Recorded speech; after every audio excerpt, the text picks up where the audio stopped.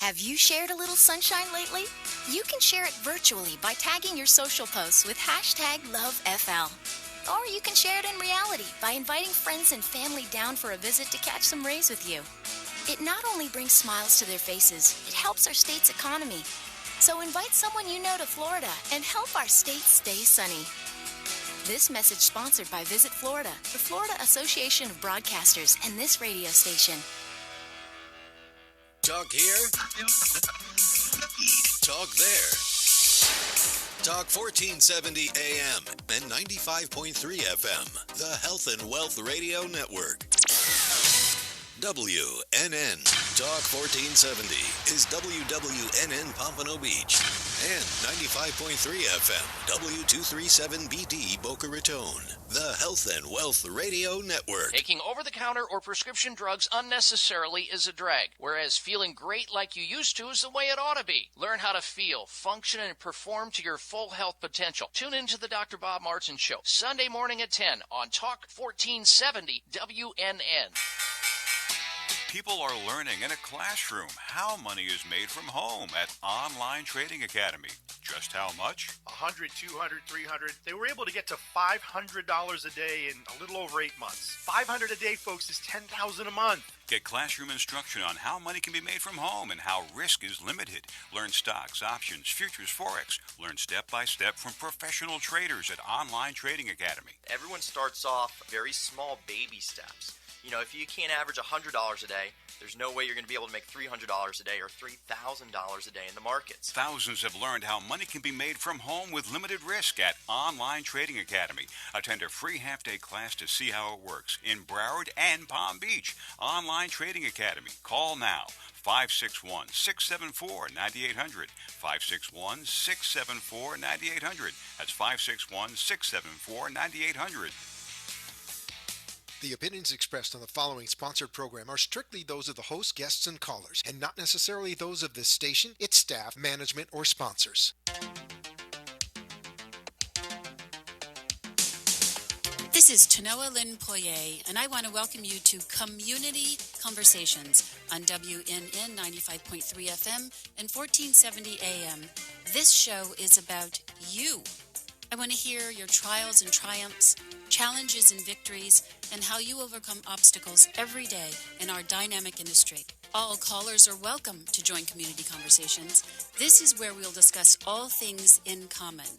We'll discuss managers, directors, vendors, and owners. Let's elevate the conversation. Raise the bar. Start here, now. Welcome to the Community Conversations with Tanoa. I've got a treat for you, which I'm going to share with you in a moment. I have a great guest. I want to just add my prayers to everyone in Texas who are experiencing this hurricane, flooding, fear, and anxiety. Just want to send good vibes out and add my prayers to those. And if you would add your prayers to a storm that's in the Atlantic, Irma. We are in Florida, and as you know, this is the season. I want to say happy Friday and thank my staff for another great week. You are the best. You know I'm crazy about you. I want to remind you also you can reach out to me on hellotanoa.com. You can see past shows, blogs, a copy of the book, 365 Tips, and you can also find me on Community Conversations with Tanoa on Facebook. I want to thank my sponsor, Trusted Construction. If you are looking for a contractor you can trust, from having an idea to realizing your dream, Trusted can help. You can reach them at 561-582-5758. So, without further ado, I want to introduce you to somebody who is going to teach you something today. An educator by training and education, but she has done an amazing job in a community called Bellagio in Florida, Palm Beach County. Since the inception of that community, she has built on success after success. Without further ado, let me introduce you to Joan Berger. Hello, everyone. Nice to be here. So, Joan, welcome. Thank you. And you may be interested to know that I have an also known as name. Some people know me as Lynn.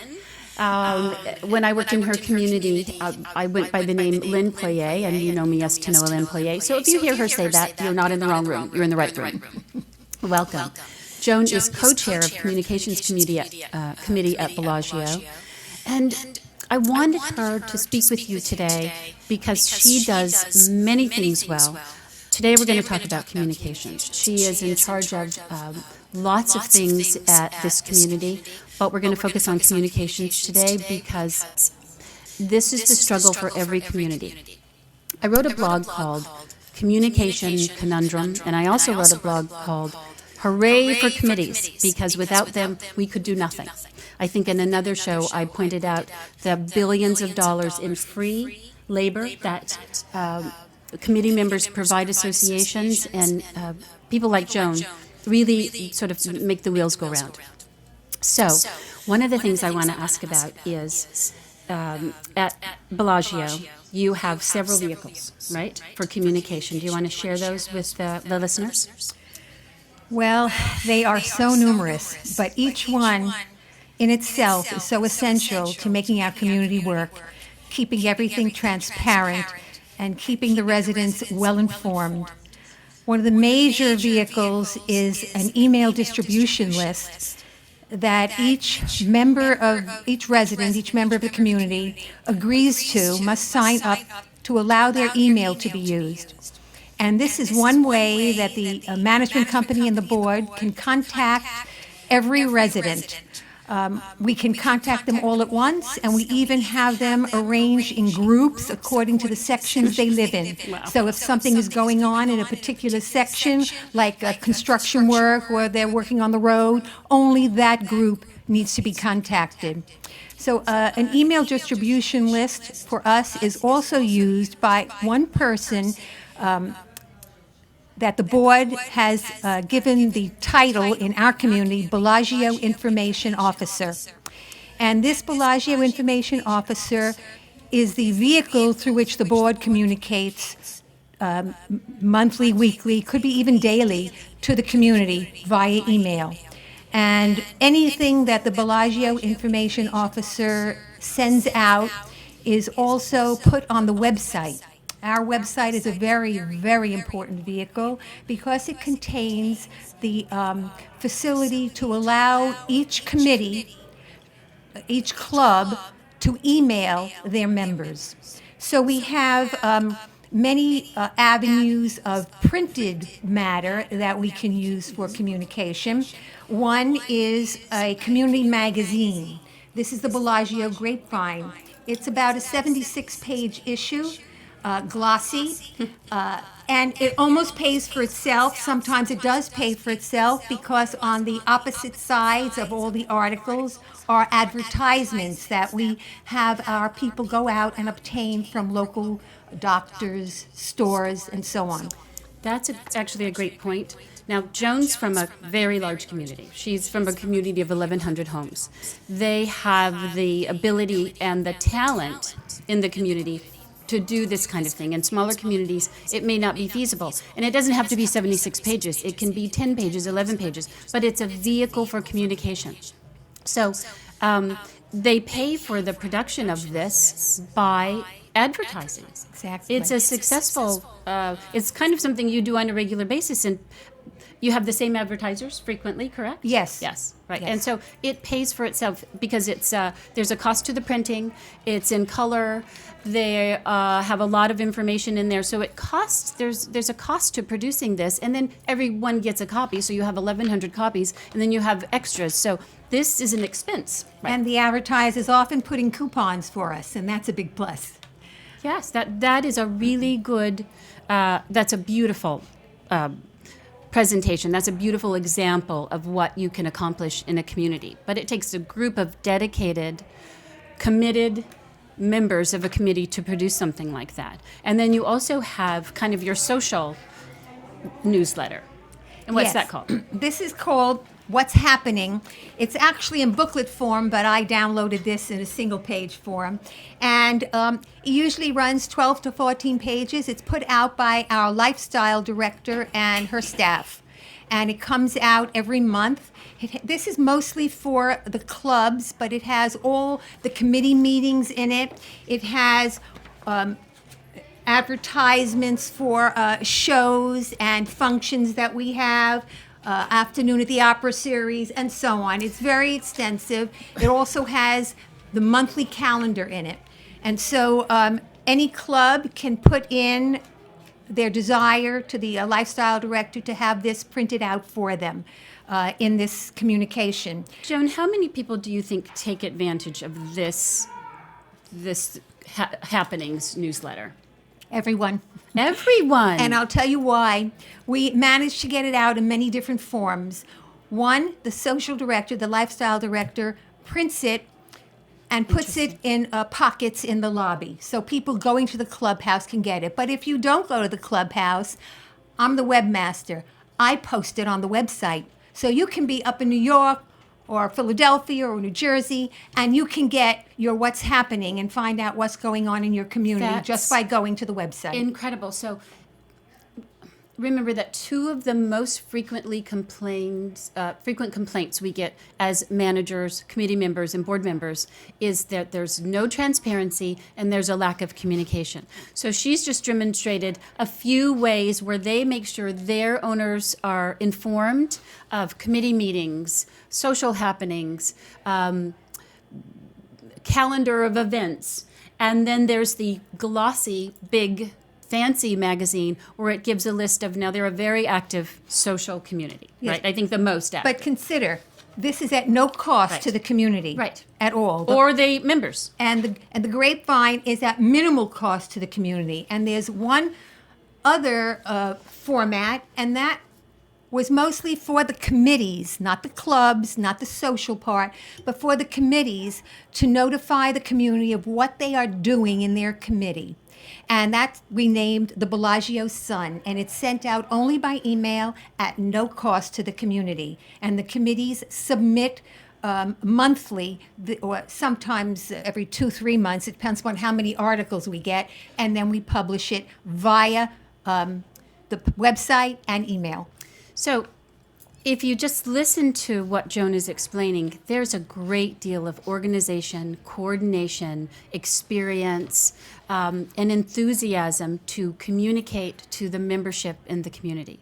And this is separate and apart from communication that comes from the manager, correct? And communication that comes from the board. So there is a committee of people who have decided that what kind of community they want to have, and have created these vehicles for communication. But the conundrum can be, if they produce all of these vehicles and no one appropriates the information, they don't. Now, they may have, it probably doesn't work this way in Bellagio, but in many communities, there are websites, there are newsletters, there are blast email. But if they don't open the email, if they don't go to the website, if they don't open the newsletter, then we're not getting the job done, and they're not feeling communicated to. And so one of the challenges for managers, boards and committees, and I think you do a good job of this, and you have to know that Joan trains people on kind of how to up their game in community associations to better serve their community, is how do we get people, how do we translate this that's on a big scale to smaller communities so that they can get over that feeling, that perception that they're not communicated to, and that the board and community members are not having transparency. You really need to utilize your email distribution list to its fullest potential. If you send out an email saying, we're interested in producing a magazine or a newsletter, and we'd like to have some volunteers who might be interested in hearing about this. Maybe you did this in your former life before you retired, or maybe it was a hobby of yours that you're just anxious and itching to continue. But that email distribution list lets the community know that we need people. And it always helps to have one really good mover and doer. And if you can locate that person in your community who is a mover and a doer to get things going, you've got it made in the shade. That is true. And you are, if we could, clone you in our garage, we certainly would all be better off.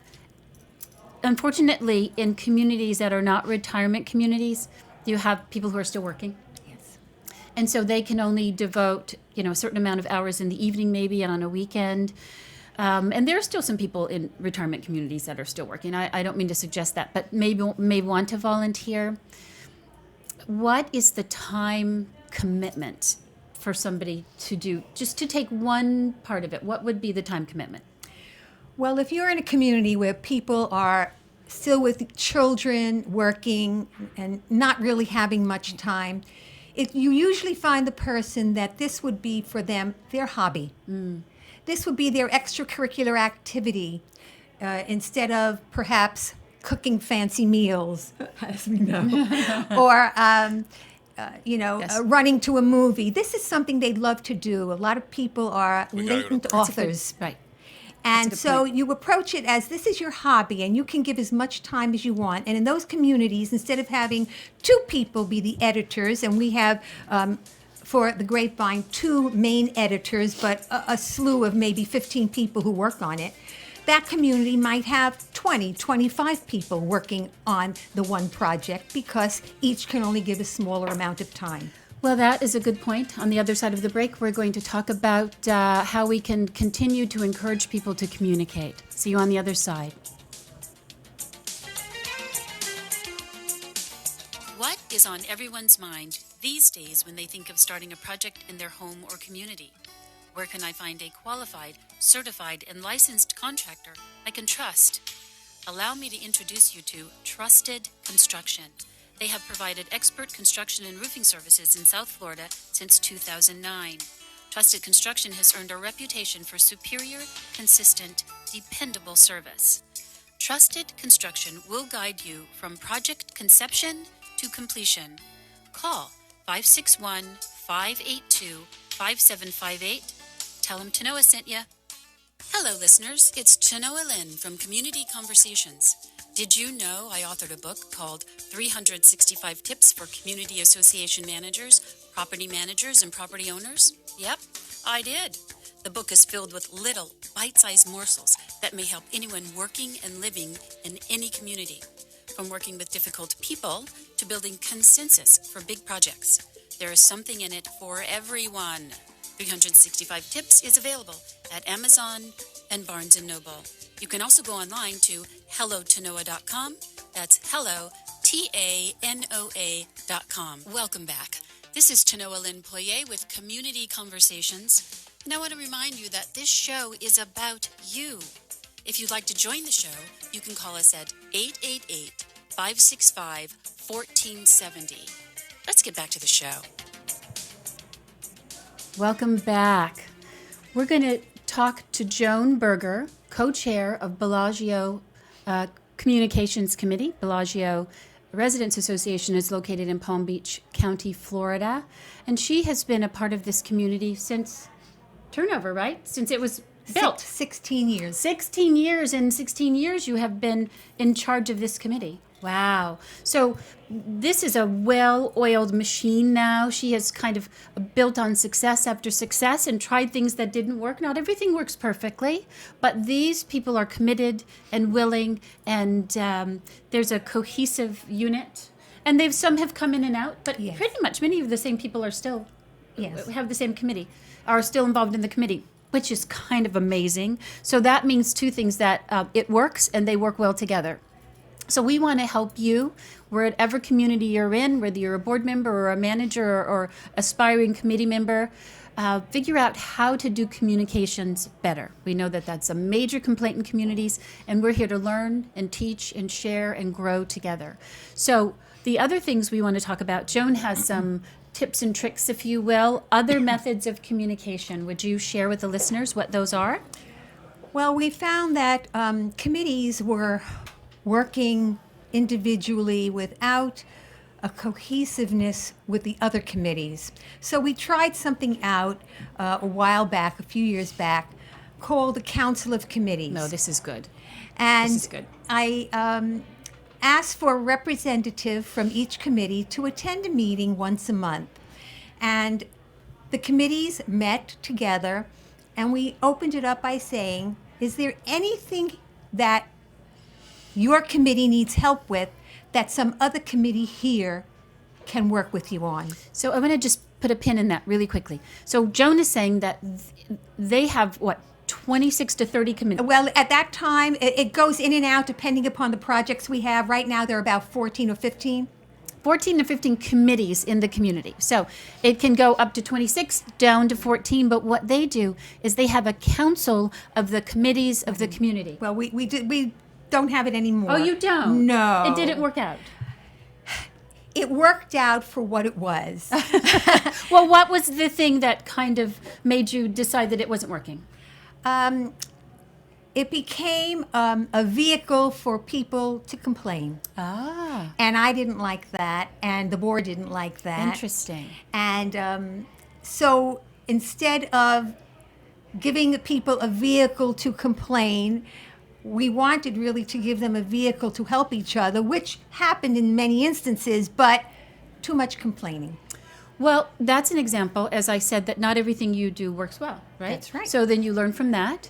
And But this works well. Right. So the Council of Clubs. Yes, we have 35 clubs in Bellagio, and I establish a council of clubs. Each month we meet, and one representative, or two if they wish, is sent to the meeting. And the council of clubs is a vehicle for the clubs themselves to work with each other, so they're not each vying for a specific date on a calendar or more people to come to their function than another function. And so it became a very cohesive group, and also a vehicle for the club members to express to the board any problems they are having. And you have to understand, in these communities in Florida, Florida leads the nation in community associations. So there are a little more than 47,000 common interest communities in Florida, which is a lot. A lot of them, as you would guess, are retirement communities, and they have a very active social life. So there can be some tension created when there are lots of clubs, where sometimes the clubs are fundraising entities, sometimes they're just for fun, but there's a finite amount of rooms, time, dates, calendars in order to facilitate this process. So what they figured out with this Council of Clubs, which is amazing, is that if they work together, they can sort of relieve that tension that comes about when someone feels like there's preferential treatment because someone's married to a board member or someone's friends with someone in the community. And so this kind of levels the playing field. That's brilliant. And it's working. That is working. But definitely. but the Council of Committees did not work, and it's because it's different viewpoints. Yes, different viewpoints. Interesting. And because the committees were at the time, and we only did it through one board, at the time they were upset with their board. That isn't the case now, and I don't know if we would start that up Revisit that? again. I don't know. But the board has established something else, which is an absolutely marvelous technique for reaching out to the community, and that is called a cup of conversation. Oh, I love this. Share. In my day, we called it fireside chat.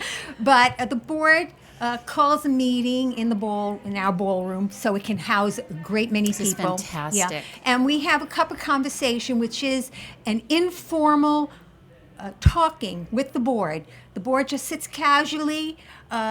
Anybody who has something to share comes up to the microphone, shares it, then there's a back and forth, some other people in the audience share. It doesn't become a vicious shouting match that you can have in some communities during a board meeting and such. So it's a marvelous tool that the board established and is working very, very well. It is a fantastic idea. So it's essentially an informal town hall. There's not a set agenda. The board is comfortable enough with the decisions they make at board meetings that they will allow any resident who wants to come to the ballroom, which seats, 600 people? Yep. So in their community, it seats 600 people. And so the questions can be coming from left field, from the back, from the front. They just don't know, but they're comfortable enough in their decision making, or maybe accepting criticism for something they've done in an informal way that kind of mitigates that complaint about lack of transparency and lack of communication. And it's a beautiful thing. Yeah, there's one more important thing, it's on this sheet, that my co-chair, Howard Barish, established as one of his pet projects. And we have in our area a group called COBRA. It is a coalition of many of the HOAs in the area. And under this coalition, under their auspices, he has what he calls his umbrella group. And Howie has representatives from all these COBRA communities coming to a meeting, and they are the people involved in communications within their community. And he has them coming to this meeting and sharing what they do and how they do it.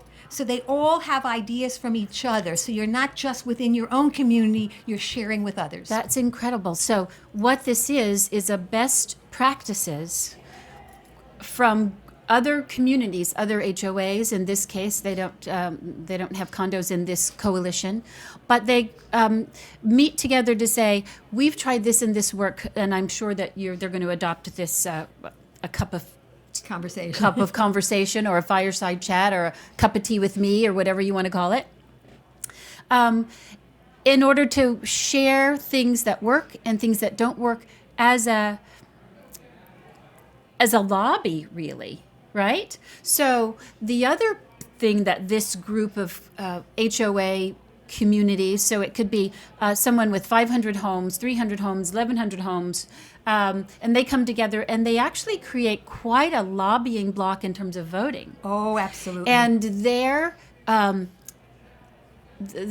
singularity and purpose, oftentimes they want to stop an establishment from going up in a certain area. That can happen, or they want to. That. Okay.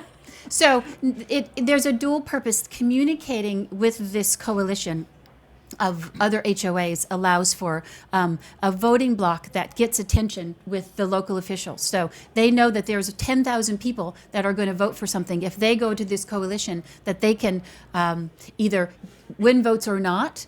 Then they get together and share what's going on in kind of their micro communities. What's working, what's not working, what's coming down the pike, who has maybe experienced something that didn't turn out well, and helping other people not to go down that road, all sorts of ways that they communicate with each other. Then that gets trickled down to the communities, to the committees. Yeah, we've tried things like we were floating an idea like a video project, which would allow us to video board meetings and such, and then show it to the community on our website. It didn't work out, but this was one of the ideas we got from other people. Not everything works out, and the other thing is you can't be afraid to try. So you're going to get criticism from somebody all the time, right?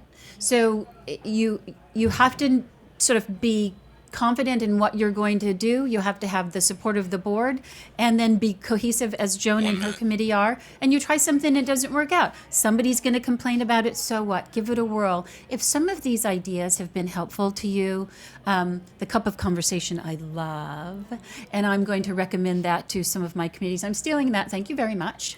But I think it's helpful because it actually helps the board have more confidence. So once they've gone through this process, and they didn't die, you didn't die, they didn't, no one brought tomatoes and hurled them at you. Then the next time it comes around, they are a little less nervous, right? And then success breeds success and more confidence. I think it's a brilliant idea. I didn't have enough time with you. Time goes so fast. I want to thank the listeners for sticking with me and spending a little time of your Friday on a long weekend. Happy Labor Day for all of you who are having the weekend off. Thanking my sponsor, Trusted Construction. Conception to completion, they can help. Call them at 561-582-5758. And let's thank the incomparable Joan Berger. Thank you. Thank you. We'll see you next time. Be a blessing to someone today. Bye. Bye. You have been listening to Community Conversations with Tanoa Lynn Poirier. It is my honor to host this program, and I appreciate you listening. We have an exciting show planned for you next week, so mark your calendars and join me every Friday at 5 p.m. on WNN 95.3 FM and 1470 AM. We look forward to hearing from you.